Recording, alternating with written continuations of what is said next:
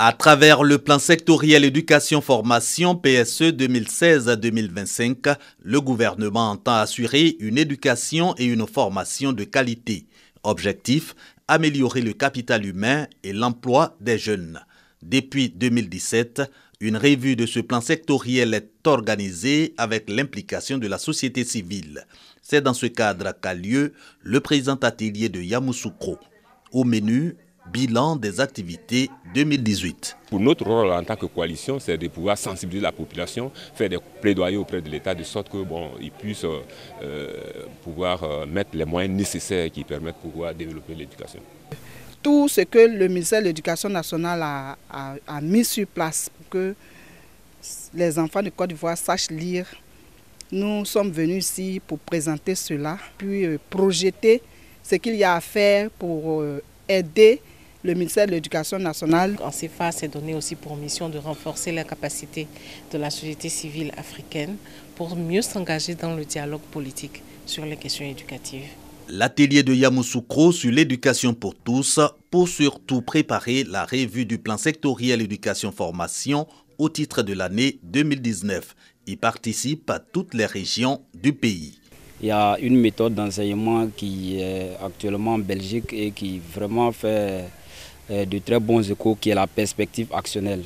Elle consiste pour les apprenants depuis le bas âge déjà s'orienter sur ce qu'on deviendra dans la vie et non déjà de faire une formation à de long terme et après être à la maison sans rien avoir. Le réseau ivoirien pour la promotion de l'éducation pour tous est une organisation de la société civile qui regroupe des entités actives en éducation.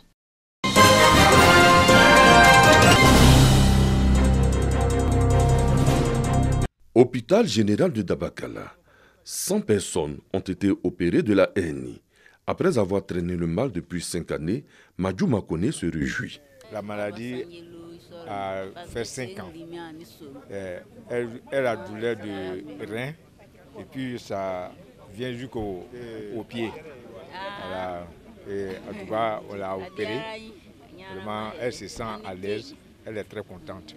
Elle remercie l'honorable député Aboubakar et ses collègues qui ont initié ce travail. Vous avez vu quand vous avez regardé ce qu'on appelle consultation, ça d'abord c'est gratuit. Deuxièmement, on commence à vous opérer.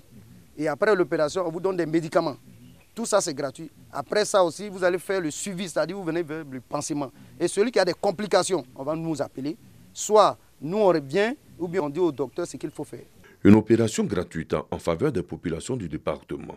Une initiative du député de Dabakala, Aboubakari Koulibaly. Il s'agit de soulager les populations en majorité paysannes, également véhiculer la politique sociale du président de la République, Alassane Ouattara.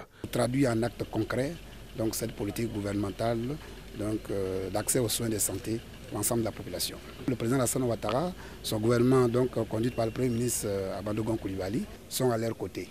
Il ne saurait en être autrement pour un département qui a donné plus de 98% au président. Le député de Dabakala a eu le soutien de 5 autres députés du mouvement Synergie 2020 venus des circonscriptions d'Azaguié, d'Ayamé, de Kwasida-Tekro, de Guiglo, de Sassandra et de Minignan.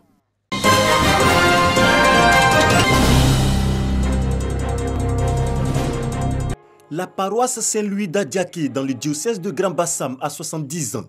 Cette décennie au service de la foi chrétienne célébrée par les fidèles venus de plusieurs localités.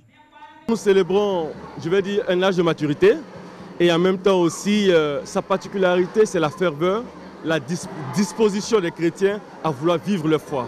Parce qu'aujourd'hui, il y a beaucoup de changements dans notre paroisse. C'est parce que tout simplement, la foi est en train de grandir dans le cœur des chrétiens et cela les pousse à des actions pour un confort au niveau spirituel. C'est en 1949 que des missionnaires français et italiens appuyés d'autochtones ont bâti l'église Saint-Louis d'Adiaké. La célébration des 70 ans de la paroisse a vu la participation d'illustres personnalités, dont l'évêque du diocèse de Grand Bassam et le maire de la commune d'Adiaké. J'ai apprécié vraiment l'homélie du monseigneur Raymond Awa qui a appelé au travail, à l'union, à la solidarité, à l'implication des uns et des autres pour faire avancer leur communauté. Ma volonté, c'est que les gens soient ensemble, que les gens soient solidaires. Adiaké a donné naissance à la paroisse d'Assini à la paroisse de Thioboué et ainsi de suite à plusieurs paroisses. Et à l'occasion des 70 ans, nous constatons qu'il y a une croissance de cette paroisse sur le plan spirituel, sur le plan développement et puis des rapports entre les communautés d'ici. 70 ans de la paroisse Saint-Louis d'Adiaki, des fidèles, témoins de la construction de l'édifice religieux, ont été distingués.